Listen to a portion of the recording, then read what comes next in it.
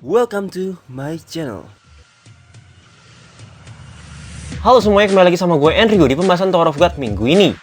Sebelum kita melihat chapter terakhir Tower of God di tahun 2021 ini, gue mau ingetin kepada kalian, jangan lupa untuk like setiap chapter Tower of God-nya.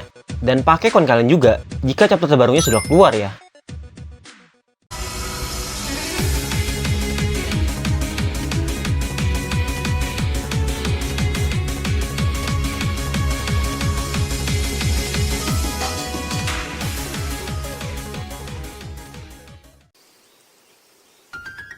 Chapter 523. Chapter terakhir, kita melihat sesuatu yang sudah kita duga tentang kembalinya Evankhell. Karena kita tahu, tidak mungkin dia kalah dan mati semudah itu melawan kepala cabang Lopobia yaitu White Garment. Kembalinya Evankhell ini sempat diduga juga itu dikarenakan api yang dimiliki Evankhell bisa membantunya untuk memulihkan diri. Seperti apa yang Mimin bilang di pembahasan chapter sebelumnya. Walaupun Evankhell bilang kalau jenis apinya ini merupakan api yang dapat membakar segalanya, tapi dikarenakan api yang dimiliki Evankhell berasal dari sumber yang sama dengan api milik keluarga Yeon, maka dari itu, ada kemungkinan kemampuannya akan mirip dengan api yang didapatkan oleh Khun. Lalu setelah kembalinya Evankhell, bukan hanya membuat semua orang di sana terkejut, tapi dia juga membuat kehebohan karena berhasil menghancurkan satu portal yang menghubungkan tempat itu dengan kapal induk Lopobia. Dikarenakan, White Garment sudah lengah karena sudah mengira Evankhell mati. Sehingga oleh karena itu, Evankhell dengan mudahnya dapat menghancurkan portal yang ada di sana. Di sini, memang Evankhell berhasil menghancurkan portal tersebut, dan dari situ Evankhell merasa lega kalau dia merasa sudah menahan para keluarga Lopobia untuk datang, tanpa tahu bahwa terdapat satu portal lagi yang dapat menghubungkan tempat itu dengan kapal induk Lopobia. Nah, setelah kita tahu kalau satu portal sudah dihancurkan oleh Evankhell, pada chapter ini Siu memberikan kita cerita di tempat portal yang lainnya, yaitu tempat Liborik berada. Di sini Mimin baru tahu loh, kalau ternyata tempat portal yang satu lagi selama ini berada di dalam kapal Liborik sendiri. Lalu di sana pun terakhir kali kita ingat, telah terjadi sebuah pertarungan yang sedang merebutkan posisi antara Command Corps keempat, yaitu pertarungan Liborik melawan Kalavan. Terakhir kali, memang sempat Liborik menawarkan cara damai kepada Kalavan, tapi hal itu ternyata ditolak oleh Kalavan, dan berakhir terjadi baku hantam di antara mereka berdua. Walaupun awalnya Kalavan sempat meremehkan Liborik, yang dikiranya Liborik hanyalah salah satu pasukan jahat yang hanya mengandalkan koneksi keluarganya untuk bisa sampai sekarang ini, namun ternyata Liborik sempat membuktikan bahwa dia bukan seperti yang dipikirkan oleh Kalavan dengan menunjukkan kekuatannya dan berhasil melemparkan tubuh Kalavan. Sehingga pertarungan ini pun menjadi semakin serius karena sekarang Kalavan sudah tahu bahwa lawannya ini layak untuk dilawan dengan kekuatan penuh. Tapi walaupun melihat Kalavan mengeluarkan kekuatannya dan menjadi lebih serius serta meminta maaf karena telah meremehkan Liborik dengan bermain-main sebelumnya, menurut Liborik, Kalavan sekarang ini masih seperti meremehkannya. Karena bagi Liborik, kekuatan seperti itu belum cukup untuk mengalahkannya. Wow, percaya diri sekali Liborik ini ya. Apa benar seperti itu? Kalau kekuatan Kalavan belum cukup untuk mengalahkannya? Nah, kita akan lihat sedikit bagaimana kelanjutannya. Setelah merasa yakin bahwa kekuatan Kalavan tidak cukup mengalahkannya, Liborik juga berkata bahwa bukan saatnya Kalavan menggertak seperti itu. Karena dia tahu bahwa Kalavan sudah melewati peperangan yang panjang di tembok sebelumnya, melawan para Timbam dan Fuk. Sehingga saat ini, pasti Kalavan sudah mulai kelelahan dan kehilangan staminanya. Bahkan Liborik sepertinya melihat kalau Kalavan sudah kelihatan kelelahan untuk berdiri. Sambil berbicara seperti itu, Liborik tidak hanya tinggal diam dan menanggapi gertakan dari Kalavan. Sebagai orang yang mengandalkan serangan jarak jauh atau sebagai Spear Barrier, dia mulai menyerang Kalavan terlebih dahulu dengan membuat kembali sebuah tombak listrik, ciri khas dari keluarga Khun. Tanpa berlama-lama, tombak itu langsung dilempar ke hadapan Kalavan. Namun seperti sebelumnya, kalau ternyata serangan tombak dari Liborik ini dapat dengan mudahnya ditahan oleh Kalavan, hanya dengan satu tangannya saja. Hal ini memang tidak terlalu mengagetkan ya, karena sebelumnya Kalavan juga dapat menahan serangan tombak dari Liborik. Justru, hal ini membuat Liborik terlihat lemah, karena musuhnya ini selalu dapat menahan tombak dari serangan seorang Spear Barrier. Bahkan dari kubu Liborik saja yang melihat hal itu kagum akan kehebatan Kalavan. Sampai-sampai Kennedy pengikut Liborik mulai terpesona karena kehebatan Kalavan loh. Memang terlihat sedikit memalukan ya, jika serangannya hampir selalu dapat ditahan oleh Kalavan. Namun, ternyata kali ini semua itu sudah direncanakan oleh Liborik. Kalau dia memang berharap Kalavan menahan tombaknya itu. Karena Liborik sudah merencanakan bahwa tombaknya ini akan meledak. Sehingga memang Liborik sengaja agar Kalavan menahannya dan tombak itu dapat meledak di tangannya. Sesuai yang direncanakan oleh Liborik, kalau ternyata tombak itu berhasil meledak di tangan Kalavan dan membuat Kalavan terlumpuhkan sejenak karena ledakan itu. Lalu di saat itu juga, Liborik melanjutkan serangan ini dengan sedikit mendekat dan mencoba melemparkan serangan yang mematikan dari salah satu teknik tombak listriknya ini. Kali ini, serangan Liborik ini memiliki nama yaitu Lenza Tormenta, atau memiliki arti serangan badai listrik berbentuk tombak. Serangan mematikan dari Liborik ini ternyata cukup membuat Kalavan terlempar sangat jauh, sampai ke lantai paling bawah tempat itu. Jadi serangan Liborik ini bukan hanya melempar Kalavan, tapi juga menghancurkan lantai-lantai di sana, sampai 5 lantai sekaligus. Kebayangkan seberapa kuatnya serangan ini, sehingga tempat itu pun menjadi hancur.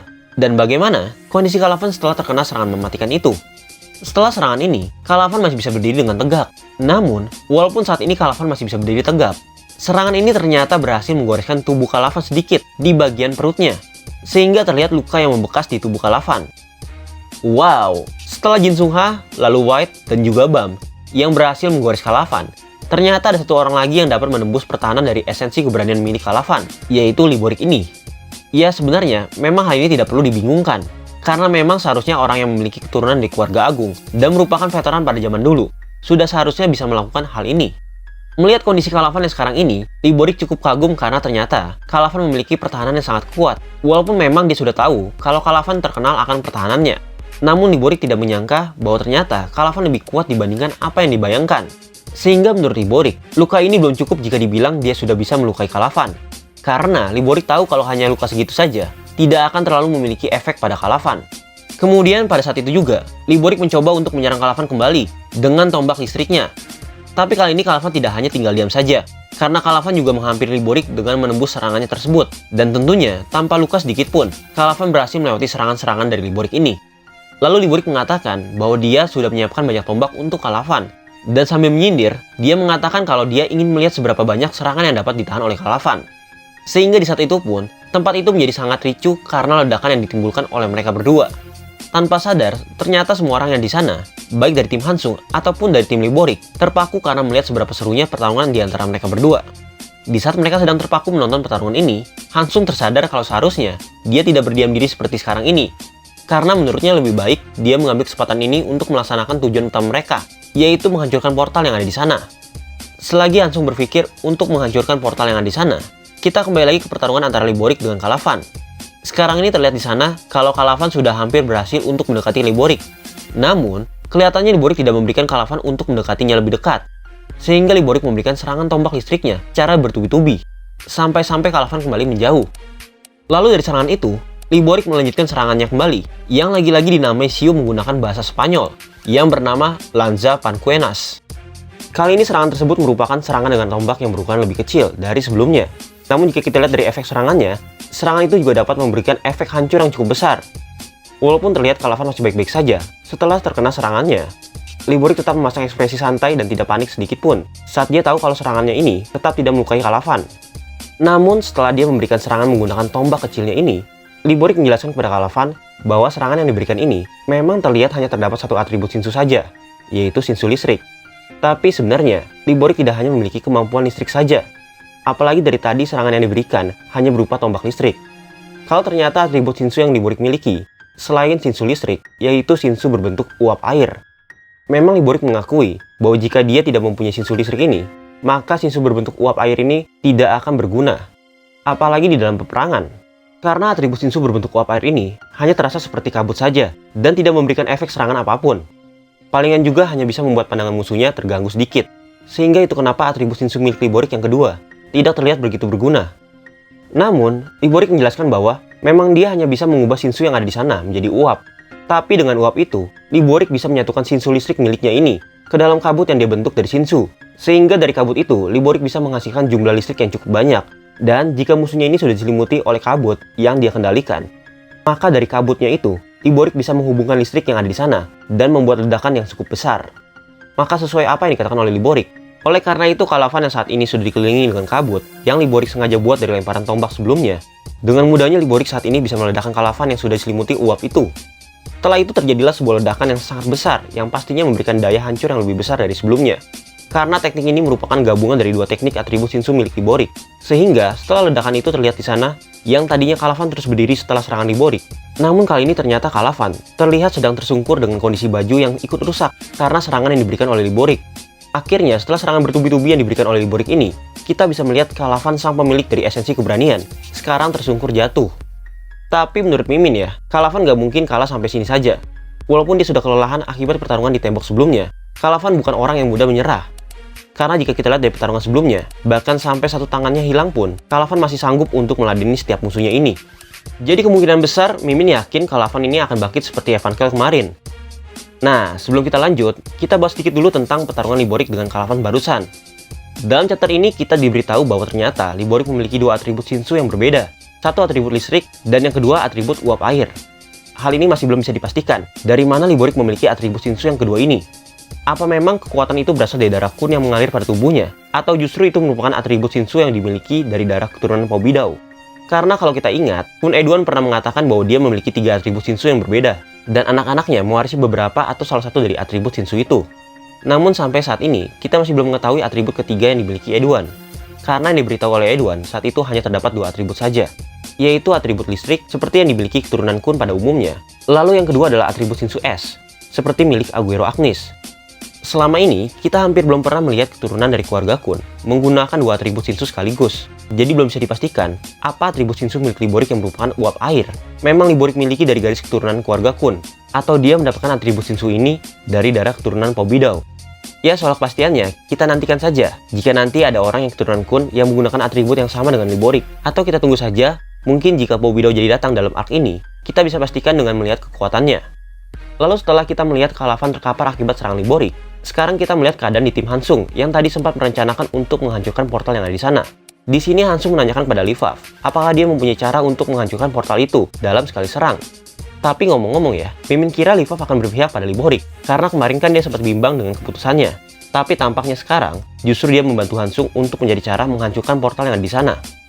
Namun menurut Livav, akan susah sekali baginya atau orang biasa untuk menghancurkan portal itu. Dikarenakan, di sekeliling portal itu terdapat pelindung, sehingga serangan Shinsu biasa tidak akan bisa menghancurkan portal itu dengan sekali serang. Harus dengan kekuatan seorang monster seperti Evankel, baru bisa portal itu dihancurkan. Kebetulan sekali juga ya, saat Livav membicarakan Evankel juga baru menghancurkan portal yang ada di tempatnya dengan kekuatannya. Tapi untungnya, Livav mempunyai cara untuk mencoba menghancurkan portal itu, yaitu dia mengeluarkan sebuah senjata berbentuk bazooka yang cukup besar dari inventorinya. Senjata bazooka ini berbeda dengan senjata yang biasa digunakan untuk membunuh para high ranker. Karena senjata ini dikhususkan untuk menghancurkan bangunan atau benda-benda berukuran besar. Tapi Livav belum tahu apakah senjata ini dapat menghancurkan pelindung dan portal yang ada di sana sekaligus. Oleh karena itu, mereka harus mencari tahu sendiri dengan cara mencobanya langsung. Selagi Livav mencoba membidik portal yang ada di sana dan bersiap-siap untuk menghancurkannya, pastinya tindakan ini tidak mungkin tidak terlihat oleh orang lain, terutama oleh Meyer dan Candide, yang tadinya mereka sedang memperhatikan pertarungan Liborik. Karena melihat Livav yang sedang memegang sesuatu dan membidik ke arah portal, oleh karena itu mereka mulai curiga dan langsung bergegas untuk menghentikan tindakan Livav.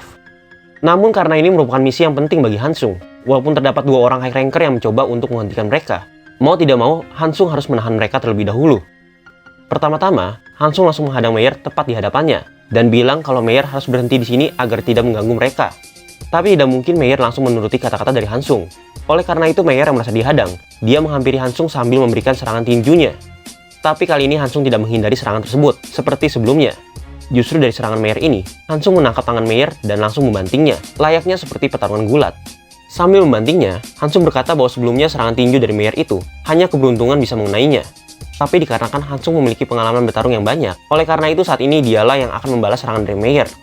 Wow, memang Hansung ini pria misterius ya. Tanpa lama-lama, sekarang ini dia bisa menandingi high ranker sekaligus calon kepala cabang Lopobia. Malah dari sini Mimin ragu. Sebenarnya memang Hansung yang hebat atau calon kepala cabang ini aja yang pada lemah. Karena sebelumnya Meyer juga pernah dipermalukan oleh Kalavan, hanya dengan sekali serang. Sekarang, dengan mudahnya Hansung bisa membanting Meyer dan melemparnya sangat jauh. Lalu setelah selesai membanting Meyer sekaligus melemparnya, sekarang tersisa 1 orang lagi yang harus Hansung tangani, yaitu Candide. Sama seperti Meyer, tanpa lama-lama Hansung bisa menghadang calon kepala cabang ini dengan kekuatan wave controlnya dan berhasil membereskan Candide dengan sekali serang. Memang serangan ini hanya membuat mereka terlempar jauh, tanpa adanya luka yang fatal. Tapi serangan ini cukup untuk menghambat mereka dan menjauhkan mereka dari tempat Livav. Sehingga saat ini Livav bisa melakukan serangan dari bazooka itu dengan aman tanpa gangguan. Lalu di saat tembakan diluncurkan oleh Livav, sayangnya Xiu menggantungkan cerita ini. Apakah Livav berhasil atau tidak untuk menghancurkan portal tersebut? Dan Xiu menggantikan panel ini dengan kondisi di dalam kapal induk Lopobia. Di dalam kapal induk Lopobia saat ini, ternyata semua yang ada di sana termasuk Perseus dan Pudidi, kepala cabang terkuat di Lopobia, sedang bersiap-siap untuk melakukan teleport ke dalam sarang. Karena sesuai dengan informasi pada kapal mereka, saat ini mereka sedang menuju portal dan akan melakukan teleport menggunakan portal kedua. Karena portal pertama sudah dihancurkan oleh Evankel. Di dalam kapal induk yang sedang berjalan ini, Perseus sempat bertanya pada Pudidi, karena portal pertama hancur secara tiba-tiba, apa yang terjadi pada mereka jika mereka sedang berteleport dan portal kedua ini juga hancur?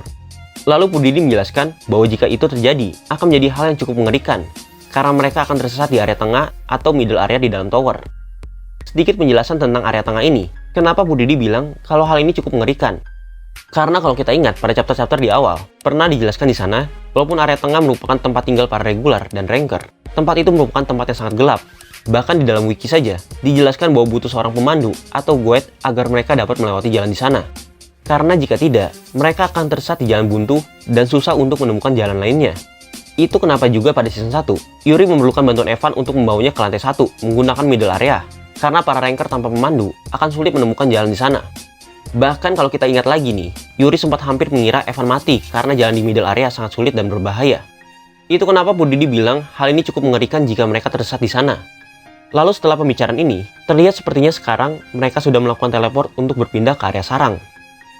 Wow, sungguh kebetulan sekali ya, di saat Livaf sedang menghancurkan portal ini, di satu sisi kapal induk Lopobia juga akan melakukan teleport. Selain itu di dalam chapter ini, kita sempat diperlihatkan dua siluet dari dua orang yang berbeda. Kenapa Mimin bilang orang itu berbeda? Orang pertama kita bisa lihat di dalam percakapan antara Bu Didi dengan Perseus. Orang ini menggunakan bangku yang sama dengan Perseus dan Bu Didi gunakan. Hal yang cukup mengejutkan lagi nih, kalau kita perhatikan siluet dari orang ini, penampilannya terlihat seperti Agustus ya. Tapi itu hanya penampilan saja. Menurut Mimin, orang itu sepertinya merupakan siluet dari orang yang bernama Holland, yang sempat disinggung pada chapter sebelumnya. Karena saat ini, dia terlihat bersama dengan Perseus dan Bu Didi, mengantar kepala keluarga Lopobia, seperti apa yang dijelaskan di chapter sebelumnya. Dan siluet terakhir adalah siluet dari orang yang sedang duduk di singgasananya, yang sangat tinggi, yaitu Lopobia Traumeri, atau kita sebut sebagai kepala keluarga Lopobia.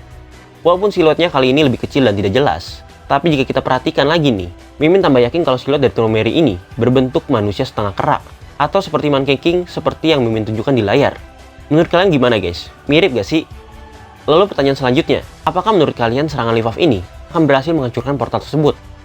Memang Mimin sempat bilang, dari judul chapter kali ini yang bernama Warp Gate, ada kemungkinan jika orang dari tim BAM akan berhasil untuk menghancurkan portal-portal yang ada di sana, seperti Evan Kel. Tapi jika dilihat dari pembicaraan antara Perseus dan Bu Didi, sepertinya portal ini tidak akan hancur. Karena jika kita bayangin, akan sedikit lucu ya, kalau seorang kepala keluarga tersesat di area tengah. Jika kalian bertanya apakah ada kemungkinan munculnya portal lain selain kedua portal ini, menurut Mimin sepertinya sih tidak ada. Karena dari apa yang dibilang oleh Perseus, kalau portal di sana hanya terdapat dua portal saja. Jadi hal yang paling mungkin, bisa jadi kepala keluarga Lopobia ini akan keluar dengan keren sambil menahan serangan Livaf. Atau jika portal ini benar-benar hancur, bisa jadi kepala keluarga Lopobia akan datang menggunakan kekuatan distorsi ruangnya. Sama seperti kemampuan yang pernah Urek tunjukkan. Karena memang sewajarnya para irregular bisa melakukan hal itu.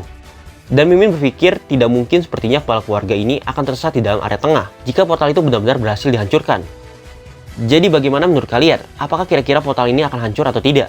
Dan apakah kedatangan kepala keluarga Lopobia akan mudah terhalang begitu saja? Tulis pendapat kalian di komentar ya. Ya mungkin segitu aja dulu pembahasan kita kali ini. Semoga kalian suka sama pembahasan chapter minggu ini ya. Jika ada informasi tambahan, akan Mimin update di next video. Thank you banget yang udah nonton. Sampai ketemu di video selanjutnya. Bye-bye.